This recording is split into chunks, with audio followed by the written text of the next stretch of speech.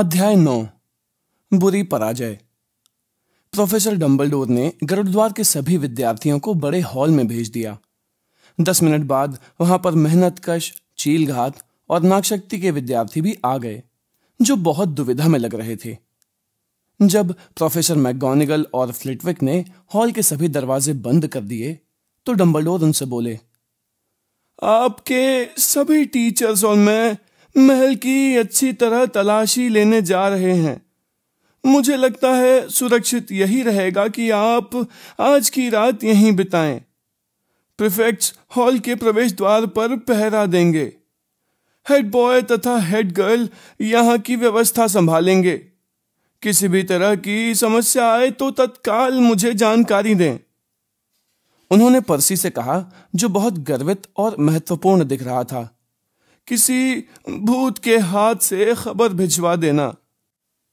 Professor Dumbledore hall से बाहर जाने से पहले जरा ठहरे और बोले, ओह हाँ, तुम्हें इनकी भी तो जरूरत होगी। उन्होंने अपनी छड़ी एक बार घुमाई, जिससे लंबी टेबलें उड़कर हॉल के कोनों में पहुंच गईं और दीवारों से टिक गईं। उन्होंने दूसरी बार छड़ी घुमाई, जिससे फर्श पर सैकड़ों गद्देदार बैंगनी स्लीपिंग बैग्स आ गए। अब अच्छी नींद का आनंद लो, प्रोफेसर डंबलडोर ने अपने पीछे दरवाजा बंद करते हुए कहा। हॉल में तत्काल रोमांचक बातें होने लगी। गरुड़द्वार के विद्यार्थी बाकी विद्यार्थियों को बताने लगे कि अभी अभी क्या हुआ था। सब लोग अपने स्लीपिंग बैग में जाओ, पर्सी चिल्लाया। अब चलो, बातें बंद करो, बत्तियां 10 मिनट में बुझ जाएंगी। चलो, रॉन ने हैरी और हरमाइनी से कहा। उन्होंने 3 स्लीपिंग बैग उठाए और उन्हें घसीटकर एक कोने में ले गए। तुम्हें क्या लगता है ब्लैक अब भी महल में होगा? हरमाइनी ने तनाव भरी आवाज में कहा।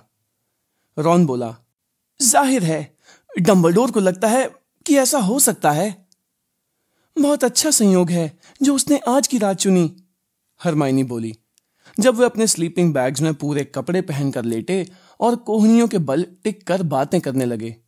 जब टावर में एक भी विद्यार्थी नहीं था, रॉन बोला। मुझे लगता है चूंकि वह छिपा हुआ है, इसलिए उसे समय का अंदाजा नहीं रहा होगा। उसे यह एहसास ही नहीं हुआ होगा कि आज हैलोवीन है, वरना वह टावर के बजाय यहां आ जाता। हरमाइनी कांप गई। उनके चारों तरफ लेटे विद्यार्थी एक दूसरे से यही सवाल पूछ रहे थे, वह अंदर कैसे घुसा होगा? शायद वह जानता है कि प्रकट कैसे हुआ जाता है, कुछ फुट दूर लेटे चीलघात के एक विद्यार्थी ने कहा। हवा से प्रकट हो गया होगा। शायद वेश बदल कर आया होगा, मेहनतकश के एक 5th ईयर के विद्यार्थी ने कहा। डीन थॉमस बोला, वह उड़कर भी तो आ सकता है। सच्ची? क्या हॉगवर्ट्स एक इतिहास किताब सिर्फ मैंने पढ़ी है? हरमाइनी ने हैरी और रॉन से पूछा। शायद, रॉन ने कहा। क्यों? क्योंकि महल की रक्षा सिर्फ दीवारें ही नहीं करती हैं, हरमाइनी बोली। इस पर कई तरह के जादू मंत्र हैं ताकि चोरी से घुसने वाले लोगों को रोका जा सके। यहां पर कोई अचानक प्रकट नहीं हो सकता और वेश बदलकर दंपिशाचों को मूर्ख नहीं बनाया जा सकता। वे यहां हर प्रवेश द्वार पर पहरा दे रहे हैं। अगर वह उड़कर आया होता तो वे उसे देख लेते। फिल्च को सभी खुफिया रास्तों की जानकारी है, इसलिए वहां भी वे पहरा दे रहे होंगे। बत्तियां अब बंद हो रही हैं, पर्सी चिल्लाया। सब लोग अपने अपने स्लीपिंग बैग में जाएं। बातचीत अब बिल्कुल बंद। सभी मोमबत्तियां तत्काल बुझ गईं। सिर्फ चांदी की तरह चमकते भूतों की रोशनी आती रही, जो प्रीफेक्ट्स से गंभीरता से बातें करते हुए तैर रहे थे। इसके अलावा जादुई छत से भी रोशनी आ रही थी, जो बाहर के आसमान की तरह थी और उसमें सितारे चमक रहे थे।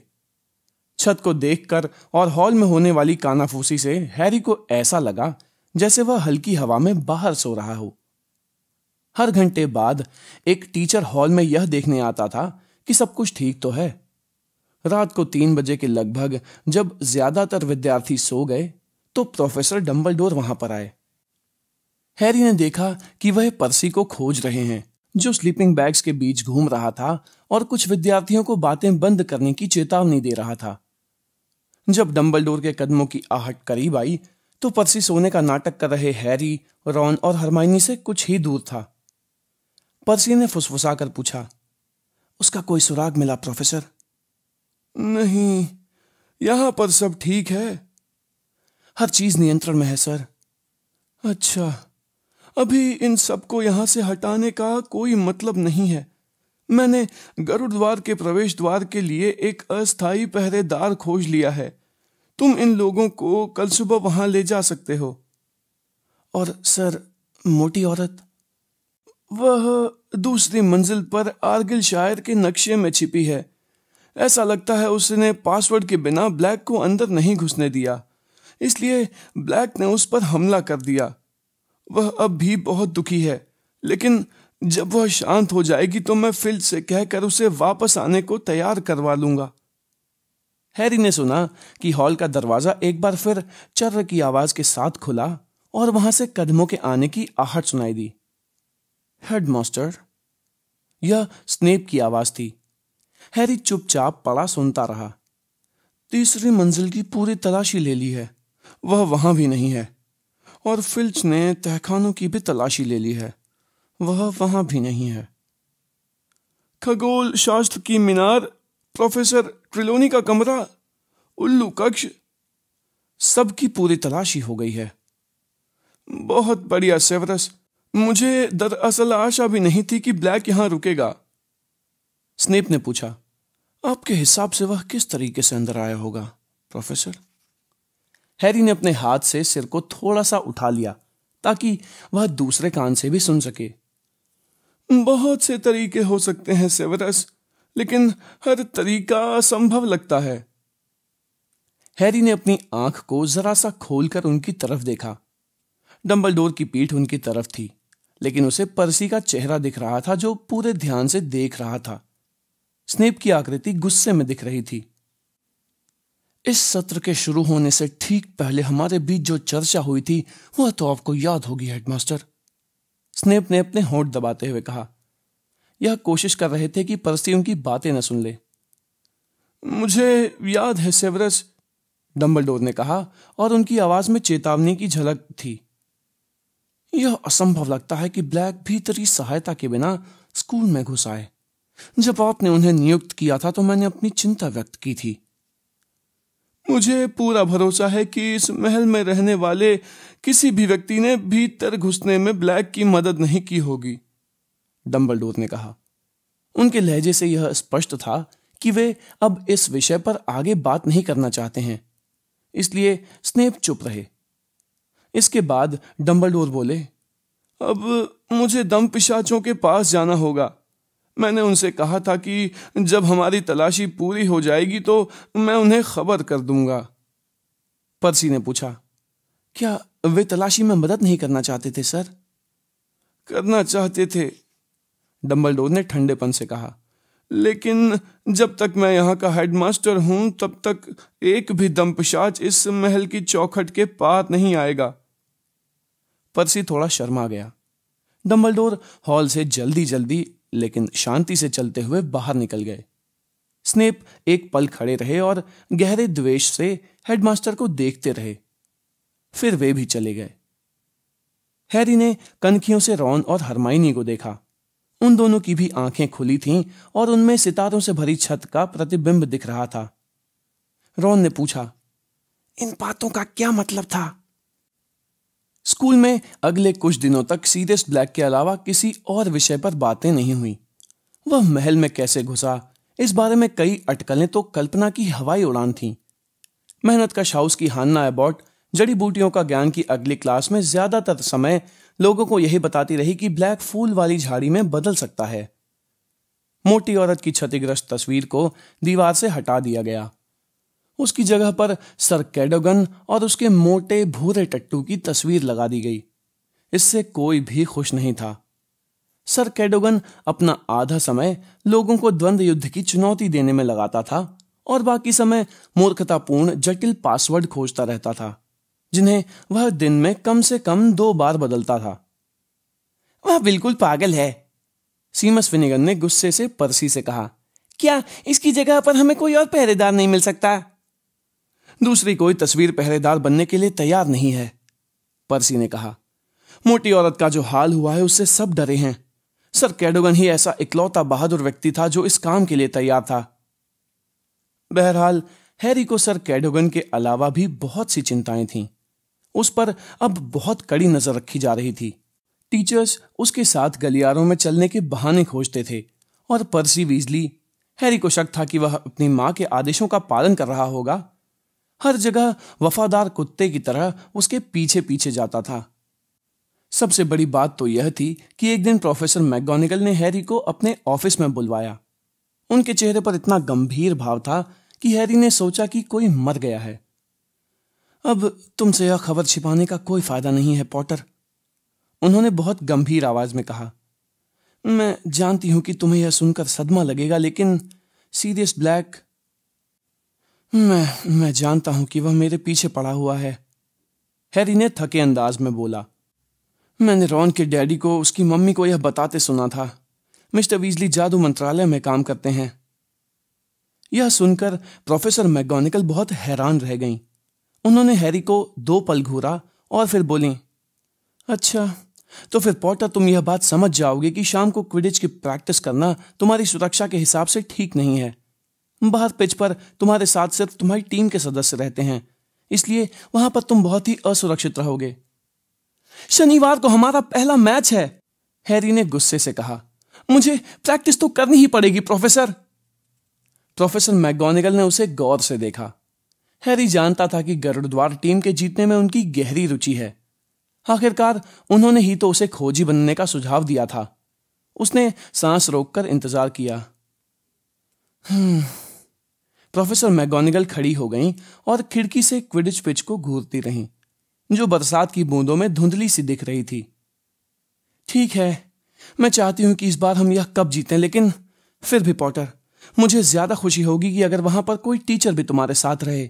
मैं मैडम हूड से कहूंगी कि वे प्रैक्टिस के समय तुम्हारी निगरानी करें। जैसे जैसे क्विडिच का पहला मैच करीब आ रहा था, लेकिन मौसम लगातार खराब होता जा रहा था। बहरहाल बुरे मौसम का गरुड़द्वार टीम की प्रैक्टिस पर कोई असर नहीं हुआ। टीम मैडम हूज की निगरानी में पहले से ज्यादा कड़ा प्रशिक्षण ले रही थी। फिर शनिवार के मैच से पहले आखिरी प्रैक्टिस में ओलिवर वुड ने अपनी टीम को एक बुरी खबर दी। हमारा मैच नागशक्ति की टीम से नहीं होगा, उसने उन्हें बहुत गुस्से में बताया। फ्लिंट अभी अभी मुझसे मिलने आया था। हमारा पहला मैच मेहनतकश की टीम से होगा। क्यों? बाकी की टीम ने एक स्वर में पूछा। फ्लिंट के पास यह बहाना है कि उसके खोजी के हाथ में अब भी चोट लगी है, वुड ने गुस्से से अपने दांत किटकिटाते हुए कहा। लेकिन यह साफ है कि वे ऐसा क्यों कर रहे हैं। वे ऐसे मौसम में नहीं खेलना चाहते हैं। उन्हें लग रहा होगा कि इतने बुरे मौसम में उनकी जीत की संभावना कम है। पूरे दिन तेज हवा चल रही थी और बारिश हो रही थी। वुड ने जब उनसे यह कहा, तभी बादल गरजने की आवाज सुनाई दी। मैलफॉय के हाथ में कोई गड़बड़ नहीं है, हैरी ने गुस्से से कहा। वह नाटक कर रहा है। मैं यह बात जानता हूं, लेकिन हम इसे साबित नहीं कर सकते, वुड ने कटुता से कहा। और हम यह सोचकर प्रैक्टिस कर रहे थे कि हमें नागशक्ति के खिलाफ खेलना है, लेकिन अब हमें मेहनतकश के खिलाफ खेलना पड़ेगा, जिनकी खेलने की शैली बिल्कुल अलग है। उनकी टीम में एक नया कप्तान और खोजी है, सेड्रिक डिगोरी। एंजेलिना, एलिसिया और केटी अचानक खी करने लगी। क्या है? वुड ने उनके खिलखिलाने पर भ्रुकुटी तानते हुए पूछा। वही ना जो लंबा और आकर्षक है, एंजेलिना ने पूछा। जो ताकतवर और खामोश रहने वाला है, केटी ने कहा, और वे सब एक बार फिर खी करने लगीं। वह सिर्फ इसलिए खामोश रहता है क्योंकि उसमें इतनी बुद्धि नहीं है कि वह कुछ बोल सके, फ्रेड ने अधीरता से कहा। मुझे लगता है तुम खामखा चिंता कर रहे हो ओलिवर। हम मेहनतकश की टीम को आराम से हरा देंगे। तुम्हें याद है आखिरी बार जब उनसे हमारा मैच हुआ था तो हैरी ने 5 मिनट में ही सुनहरी गेंद पकड़ ली थी, याद है ना? हम बिल्कुल अलग परिस्थितियों में खेल रहे हैं, वुड चिल्लाया। उसकी आंखें बाहर निकल रही थीं।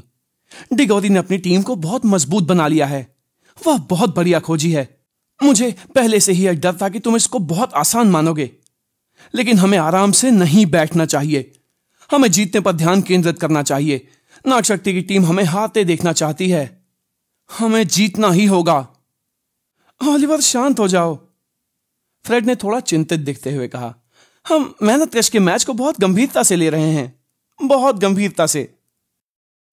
मैच से एक दिन पहले हवा जोरदार आवाज करने लगी और बारिश पहले से ज्यादा तेज होने लगी। गलियारों और क्लासों में इतना अंधेरा हो गया कि अलग से मशालें और लालटेनें जलानी पड़ी।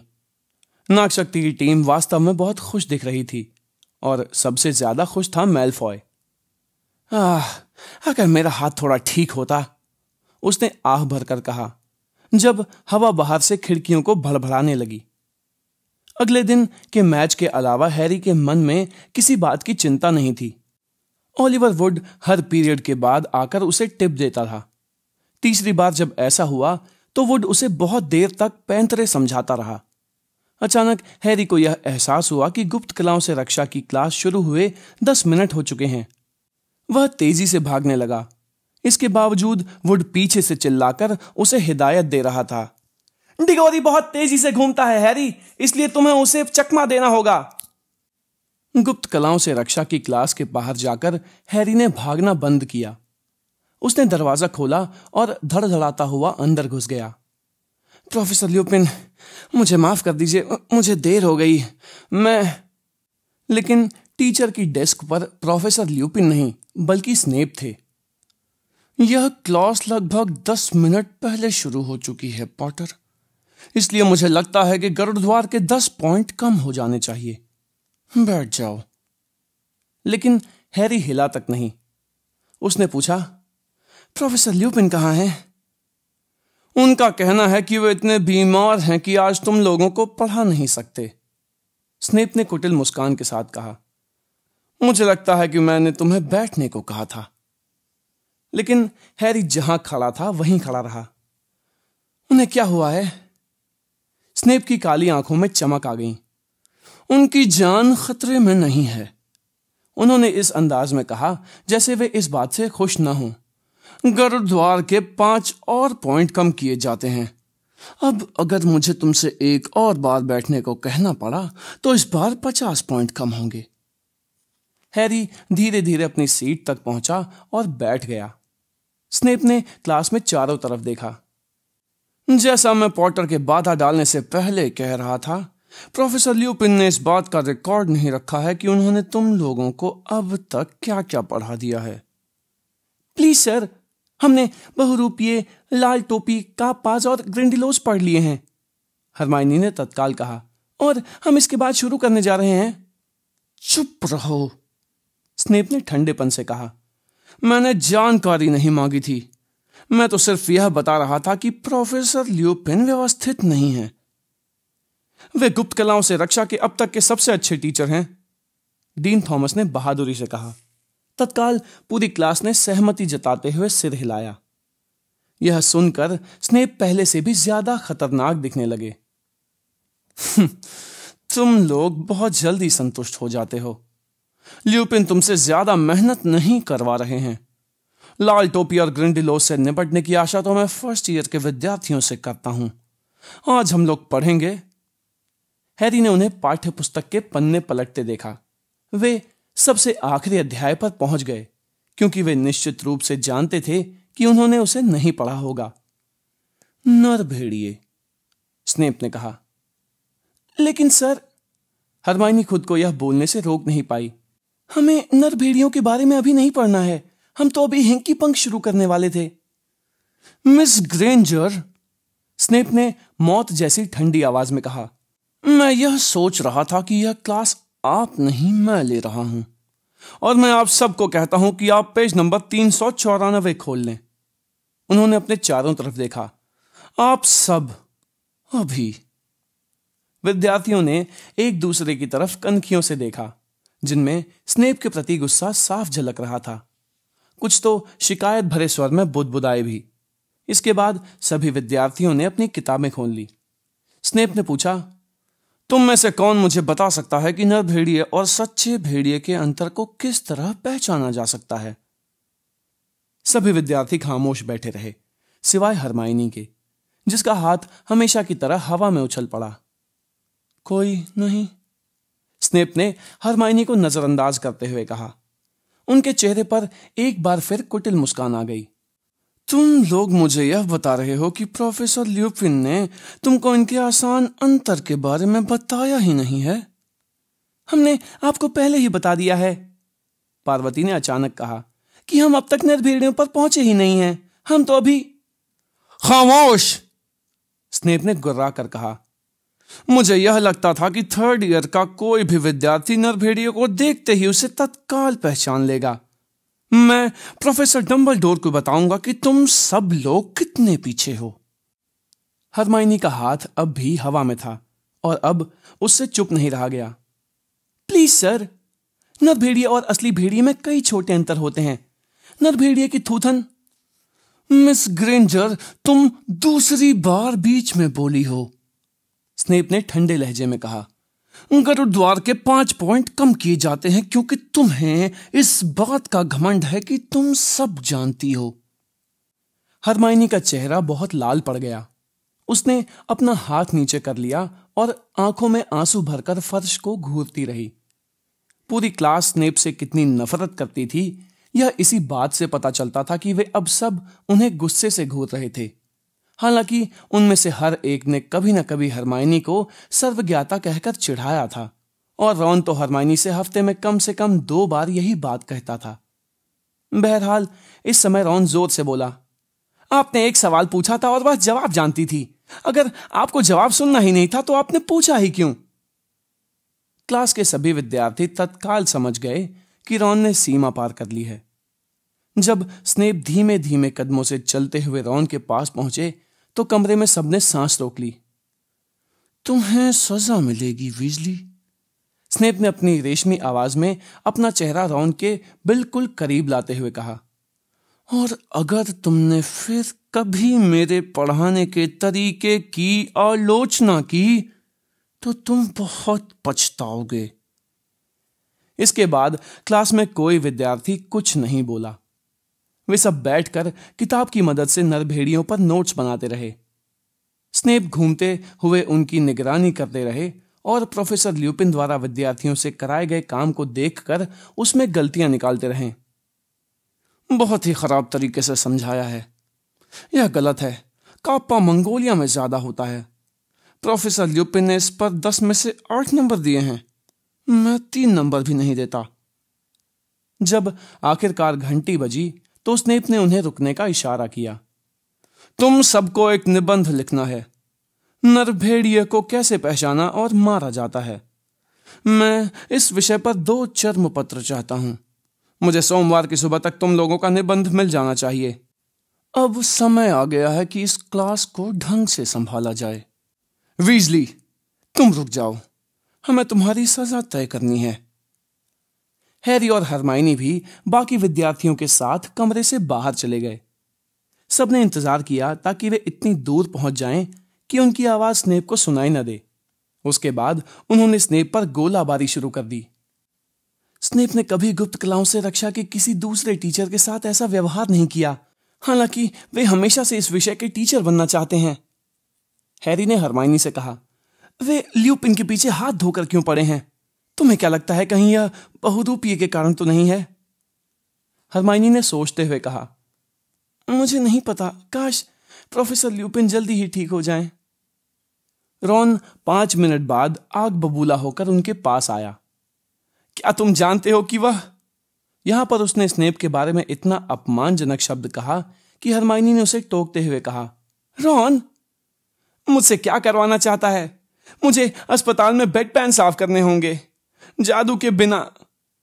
वह गहरी सांसें ले रहा था और उसकी मुट्ठी भिंची हुई थी। ब्लैक स्नेप के ऑफिस में क्यों नहीं छिपा? वह उसका काम तमाम कर देता तो हमें उससे छुटकारा मिल जाता। हैरी अगली सुबह बहुत जल्दी उठ गया, इतनी जल्दी कि बाहर अब भी अंधेरा था। एक पल के लिए तो उसे लगा कि वह हवा की गरज से जाग गया है, लेकिन तभी उसे गर्दन के पीछे ठंडी हवा महसूस हुई और वह तत्काल उठकर बैठ गया। पीज नाम का भूत उसके पास तैर रहा था और उसके कान में फूंक मार रहा था। तुमने ऐसा क्यों किया? हैरी ने गुस्से से पूछा।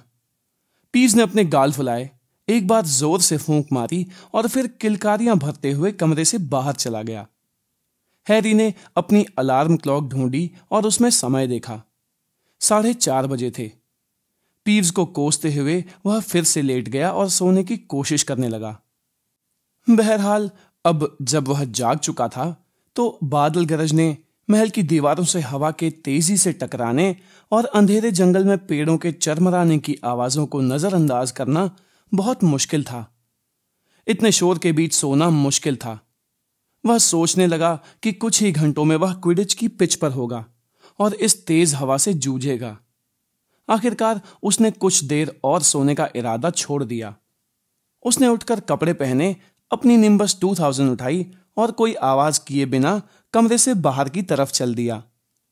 जैसे ही हैरी ने दरवाजा खोला, कोई चीज उसके पैरों से आकर टकराई। वह झुका। नीचे क्रुकशैंक्स थी। उसने पूंछ पकड़कर क्रुकशैंक्स को उठा लिया और उसे बाहर घसीटा। मुझे लगता है रॉन तुम्हारे बारे में सही कहता है, हैरी ने क्रुकशैंक्स को शक भरी निगाहों से देखते हुए कहा। इस जगह पर बहुत से चूहे हैं, जाओ उनके पीछे पड़ो। उसने क्रुकशैंक्स को घुमावदार सीढ़ी की तरफ से पैर धकाते हुए कहा, स्कैबर्स को अकेला छोड़ दो। गुरुद्वार के हॉल में तूफान की आवाज और भी ज्यादा सुनाई दे रही थी। हैरी अच्छी तरह से जानता था कि खराब मौसम के कारण मैच रद्द नहीं होगा। क्विडिच के मैच आंधी तूफान जैसी छोटी मोटी बातों के कारण रद्द नहीं होते थे। बहरहाल अब उसे बहुत डर लग रहा था। वुड ने उसे गलियारे में सेड्रिक डिगोरी दिखा दिया था। डिगोरी 5th ईयर में था और हैरी से बहुत बड़ा था। आमतौर पर खोजी हल्के और तेज रफ्तार वाले होते हैं, लेकिन इस मौसम में डिगोरी अपने वजन के कारण फायदे में रहेगा, क्योंकि वह तेज हवा के कारण आसानी से विचलित नहीं होगा। हैरी ने सुबह होने तक का समय आग के सामने बैठकर गुजारा। बीच बीच में उसे उठकर क्रुकशैंक्स को भगाना पड़ता था, क्योंकि वह बार बार उसकी नजर बचाकर लड़कों की सीढ़ियों पर चुपचाप चढ़ने की कोशिश कर रही थी। आखिरकार हैरी ने सोचा कि अब नाश्ते का समय हो गया होगा, इसलिए वह तस्वीर के छेद में से निकलकर अकेला बाहर गया। आवारा कुत्ते, रुक और मुझसे युद्ध कर, सर कैडोगन ने कहा। चुप रहो, हैरी जम्हाई लेते हुए बोला। प्लेट भर दलिया खाने से उसमें जान आई और जब वह टोस्ट खाना शुरू कर रहा था तब बाकी की टीम भी आ गई। आज का मुकाबला बहुत मुश्किल होगा, वुड ने कहा, जो कुछ भी नहीं खा रहा था। चिंता मत करो ओलिवर, एलिसिया ने उसे सांत्वना देते हुए कहा। थोड़े बहुत पानी से हमें कोई फर्क नहीं पड़ता है। लेकिन यह थोड़ा बहुत पानी नहीं था, यह उससे बहुत ज्यादा था। क्विडिच की लोकप्रियता इतनी थी कि इतने खराब मौसम में भी पूरा स्कूल मैच देखने आया। बहरहाल दर्शक क्विडिच की पिच की तरफ दौड़ कर जा रहे थे। तेज हवा के कारण उनके सिर झुके हुए थे और उनके हाथों से छाते छूट रहे थे। चेंजिंग रूम में जाने से ठीक पहले हैरी ने देखा कि मैलफॉय, क्रैब और गॉयल हंसते हुए एक बड़े छाते के नीचे स्टेडियम की तरफ जा रहे हैं और उसकी तरफ इशारा कर रहे हैं। टीम के खिलाड़ियों ने अपने लाल कपड़े पहने और उस प्रेरक भाषण का इंतजार किया जो वुड आमतौर पर मैच से पहले देता था, लेकिन वुड के मुंह से कुछ नहीं निकला। उसने कई बार बोलने की कोशिश की, एक दो बार थूक गटका, लेकिन फिर उसने निराशा में अपना सिर हिलाया और सबको अपने पीछे आने का इशारा किया। हवा इतनी तेज थी कि पिच की तरफ जाते समय वे लड़खड़ा रहे थे। अगर भीड़ तालियां बजा रही थी तो बादलों की गरज के कारण उन्हें तालियों की आवाज सुनाई नहीं दे रही थी। बारिश की बूंदें हैरी के चश्मे पर लगातार पड़ रही थीं। वह सोचने लगा, इस हाल में वह सुनहरी गेंद को देखेगा कैसे। मेहनतकश के खिलाड़ी पीले दुशालों में पिच के दूसरी छोर से आ रहे थे। कप्तान एक दूसरे के पास आए और उन्होंने हाथ मिलाया। डिगोरी वुड की तरफ देखकर मुस्कुराया, लेकिन वुड को देखकर ऐसा लग रहा था जैसे किसी ने उसके जबड़े सिल दिए हों, इसलिए उसने सिर्फ सिर हिलाकर मुस्कुराहट का जवाब दिया। हैरी ने मैडम होच के मुंह को हिलते हुए देखा। अपनी अपनी झाड़ुओं पर चढ़ जाओ। उसने अपना दायां पैर कीचड़ में से निकाला और उसे अपनी निम्बस 2000 के ऊपर से डाल लिया। मैडम होच ने सीटी अपने होठों से लगाई और फिर बजा दी। सीटी की आवाज जैसे बहुत दूर से आ रही थी। वे सब उड़कर ऊपर की तरफ चल दिए। हैरी तेजी से उड़ा, लेकिन उसके निम्बस 2000 हवा में कांप रही थी। उसने इसे यथासंभव स्थिर रखने की और बारिश में देखने की कोशिश की। 5 मिनट में ही हैरी पूरी तरह भीग गया था और ठिठुर रहा था। छोटी सी सुनहरी गेंद को तो रहने ही दें, उसे अपनी टीम के खिलाड़ी भी मुश्किल से दिख रहे थे। वह पिच के पार आगे पीछे उड़ा। वह धुंधली लाल और पीली आकृतियों का पीछा करता रहा। उसे इस बात का जरा भी अंदाजा नहीं था कि मैच में क्या हो रहा है।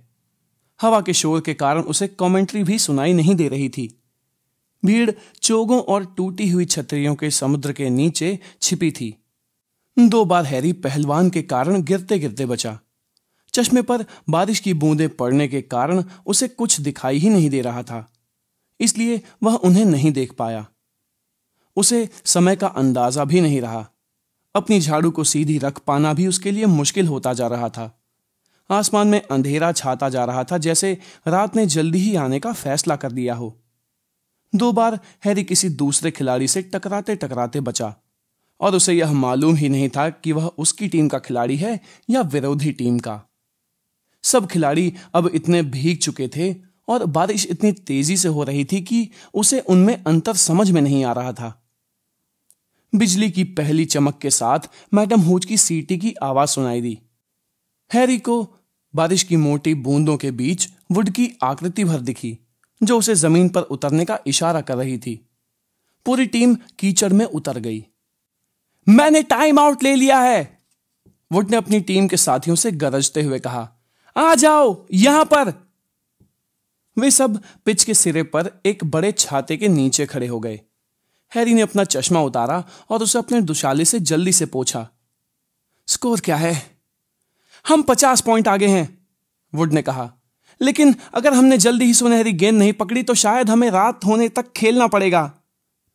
चश्मे के कारण मैं उसे नहीं पकड़ पाऊंगा, हैरी ने अपने चश्मे को लहराते हुए चिंता भरी आवाज में कहा। उसी पल हरमाइनी उसके पास आ गई। उसने अपना चोगा अपने सिर तक उठा रखा था और वह न जाने क्यों मुस्कुरा रही थी। मेरे मन में एक विचार आया है हैरी, अपना चश्मा मुझे दो, जल्दी। हैरी ने उसे चश्मा दे दिया। पूरी टीम हैरानी से उसे देखती रही। जब हरमाइनी ने चश्मे को अपनी छड़ी से ठोंकते हुए कहा, अप्रभावित। लो, उसने हैरी को चश्मा देते हुए कहा। अब इस पर पानी का कोई असर नहीं होगा। वुड हरमाइनी को इतने प्यार से देख रहा था जैसे उसे चूमना चाहता हो। शाबाश, भीड़ में गुम होती हुई हरमाइनी की तरफ देखते हुए वुड भर्राई आवाज में बोला। ठीक है साथियों, अब हम चलते हैं। हरमाइनी के मंत्र से काम बन गया था। हैरी अब भी ठंड के कारण ठिठुर रहा था। वह जिंदगी में कभी इतना भीगा नहीं था, लेकिन अब उसे दिखाई दे रहा था। अब उसमें नया उत्साह आ चुका था और उसने अपनी झाड़ू को तूफानी हवा में आगे बढ़ने के लिए प्रेरित किया। उसने हर दिशा में सुनहरी गेंद की तलाश की। एक पहलवान से बचा, डिगोरी के नीचे गोता लगाया जो दूसरी दिशा में देख रहा था। बादल गरजने की एक और आवाज आई। उसके तत्काल बाद बिजली चमकी। अब माहौल खतरनाक होता जा रहा था। हैरी को जल्दी से सुनहरी गेंद पकड़नी ही थी। वह पलटकर पिच के बीच में जाना चाहता था, लेकिन तभी बिजली एक बार फिर कड़की और स्टैंड्स दिखने लगे।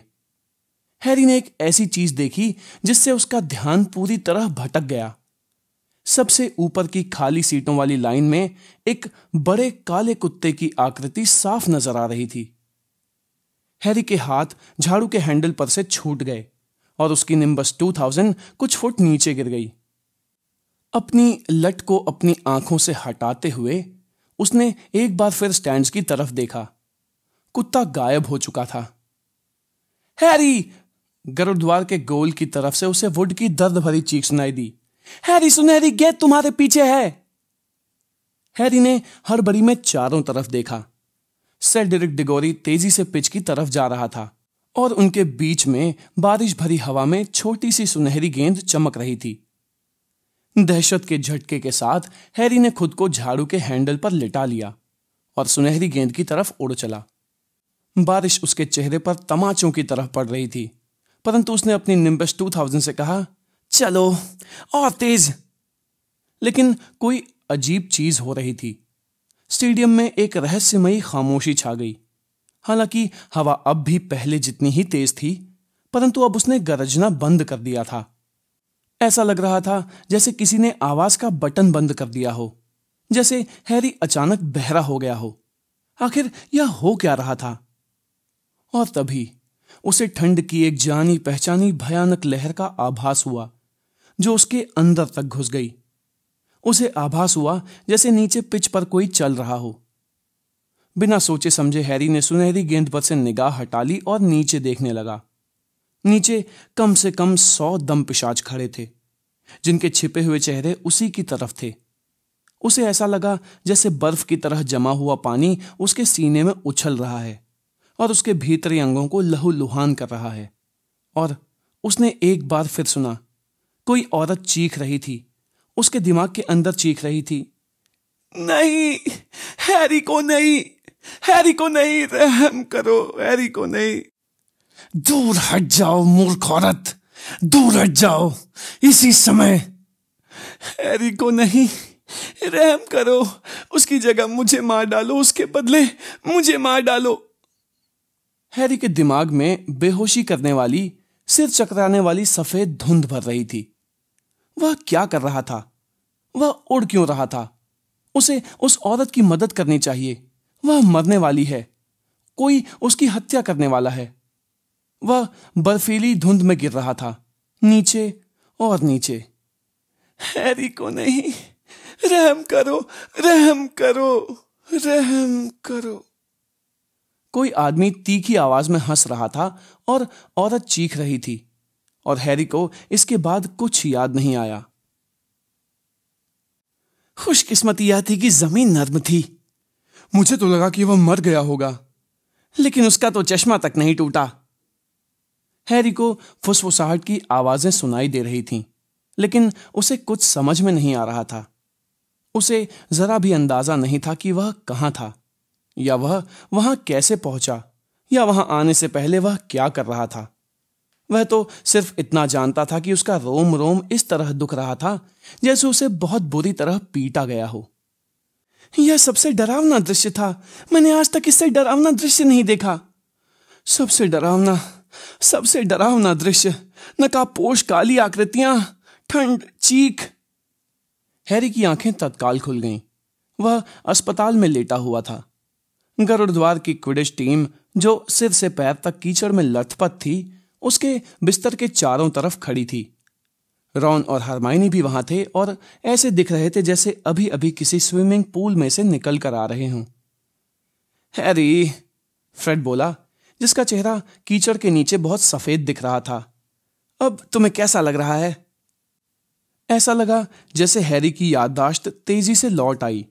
बिजली की चमक, ग्रिम, सुनहरी गेंद और दमपिशाच। क्या हुआ? उसने अचानक उठकर बैठते हुए कहा, जिससे सब चौंक गए। तुम गिर गए थे, फ्रेड ने कहा, लगभग 50 फुट की ऊंचाई से। हमने सोचा कि तुम मर गए हो, एलिसिया कांपती हुई बोली। हरमाइनी के मुंह से हल्की सी चीख निकल गई। उसकी आंखें बहुत लाल थीं। परंतु मैच का क्या हुआ? क्या मैच दोबारा होगा? किसी ने भी कुछ नहीं कहा। हैरी के दिल में भयानक सच्चाई पत्थर की तरह उतर गई। हम हार तो नहीं गए? डिगोरी ने सुनहरी गेंद पकड़ ली थी, जॉर्ज ने कहा। तुम्हारे गिरने के ठीक बाद उसे यह एहसास नहीं था कि तुम गिर गए हो। जब उसने पलटकर तुम्हें जमीन पर गिरे हुए देखा तो उसने कहा कि मैच दोबारा होना चाहिए, लेकिन निष्पक्षता से जीत उन्हीं की हुई थी। यहां तक कि वुड भी यह बात मानता है। वुड कहाँ है? हैरी ने कहा, जब उसे अचानक यह एहसास हुआ कि वुड वहां नहीं था। अब भी नहा रहा है, फ्रेड ने कहा। हमें लगता है कि वह पानी में डूबने की कोशिश कर रहा है। हैरी ने अपना चेहरा घुटनों के बीच छिपा लिया और अपने बाल कस कर पकड़ लिए। फ्रेड ने उसके कंधे को पकड़ा और उसे जोर से हिलाया।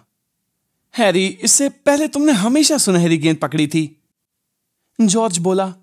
कभी ना कभी तो यह होना ही था जब तुम इसे न पकड़ पाओ। अब भी आशा खत्म नहीं हुई है, फ्रेड ने कहा। हम 100 पॉइंट से हारे हैं। ठीक है, अगर मेहनतकश चीलघात से हार जाए और हम चीलघात तथा नागशक्ति को हरा दें, जॉर्ज बोला। मेहनतकश को कम से कम 200 पॉइंट से हराना होगा, लेकिन अगर वे चीलघात को हरा दें, ऐसा नहीं हो सकता, चीलघाट की टीम बहुत अच्छा खेलती है, लेकिन अगर नागशक्ति मेहनत कश से हार जाए। सब कुछ पॉइंट्स पर निर्भर करता है, 100 पॉइंट इधर या उधर। हैरी बिना कुछ बोले पड़ा रहा। वे हार गए थे। पहली बार वह किसी क्विडिच मैच में हारा था। लगभग 10 मिनट बाद मैडम पॉम्फ्री आईं और टीम के खिलाड़ियों को वहां से जाने को कहा। हम लोग बाद में आकर मिलते हैं, फ्रेड ने उससे कहा। खुद को दोष मत दो हैरी, तुम अब भी हमारे अब तक के सबसे अच्छे खोजी हो। टीम के खिलाड़ी बाहर निकलते समय अपने पीछे कीचड़ के निशान छोड़ गए। उनके जाने के बाद मैडम पॉम्फ्री ने दरवाजा बंद कर दिया और निशानों को अप्रसन्नता से देखा। रॉन और हरमाइनी हैरी के बिस्तर के पास खिसक आए। डंबलडोर सचमुच बहुत गुस्सा थे, हरमाइनी ने लरजती आवाज में कहा। मैंने उन्हें पहले कभी इतने गुस्से में नहीं देखा। जब तुम गिरे तो वे पिच पर भाग कर आए और अपनी छड़ी घुमाई, जिसकी वजह से जमीन पर टकराने से पहले तुम्हारी गिरने की रफ्तार कम हो गई। फिर उन्होंने अपनी छड़ी दम पिशाचों की तरह घुमाई। एक सफेद चीज निकलकर दम पिशाचों पर हमला करने लगी। वे तत्काल स्टेडियम से बाहर चले गए। डंबलडोर इस बात पर नाराज हो रहे थे कि दम पिशाच मैदान के अंदर क्यों आए। फिर उन्होंने जादू से तुम्हें स्ट्रेचर पर लिटाया, रॉन ने कहा, और स्कूल तक तुम्हारे साथ आए। सब यही सोच रहे थे कि तुम तो मर। उसकी आवाज टूट गई, लेकिन हैरी ने इस तरफ ध्यान नहीं दिया। वह तो इस बारे में सोच रहा था कि दम पिशाचों के कारण वह बेहोश क्यों हो जाता है। वह चीखने वाली औरत के बारे में सोच रहा था। रॉन और हरमाइनी इतने चिंतित होकर उसे देख रहे थे कि उसने उनसे कोई सामान्य सवाल पूछने का फैसला किया। क्या किसी को मेरी निम्बस 2000 मिली? रॉन और हरमाइनी ने तत्काल एक दूसरे की तरफ देखा। क्या? हैरी ने कभी रॉन को तो कभी हरमाइनी को देखा। जब तुम नीचे गिरे तो वह उड़कर दूर चली गई, हरमाइनी ने झिझकते हुए कहा। और वह ओ हैरी, वह जाकर लड़ाकू पेड़ से टकरा गई। हैरी के पेट में खलबली मच गई। मैदान के बीचों बीच लगा लड़ाकू पेड़ बहुत हिंसक था। और उसने दिल दहलाने वाले जवाब का इंतजार किया। तुम तो लड़ाकू पेड़ को जानते ही हो, रॉन बोला। उसे किसी चीज का टकराना पसंद नहीं है। प्रोफेसर फ्लिटविक तुम्हारे होश में आने से ठीक पहले से लेकर आए थे, हरमाइनी ने बहुत धीमे से कहा। उसने धीरे से अपने पैर के पास से एक बैग उठाकर उसे पलटा। उसमें से लकड़ी के दर्जन भर टुकड़े और टहनियां बिस्तर पर गिर गईं। हैरी की वफादार झाड़ू आखिरकार हार गई थी और उसके अब बस यही अवशेष बचे थे।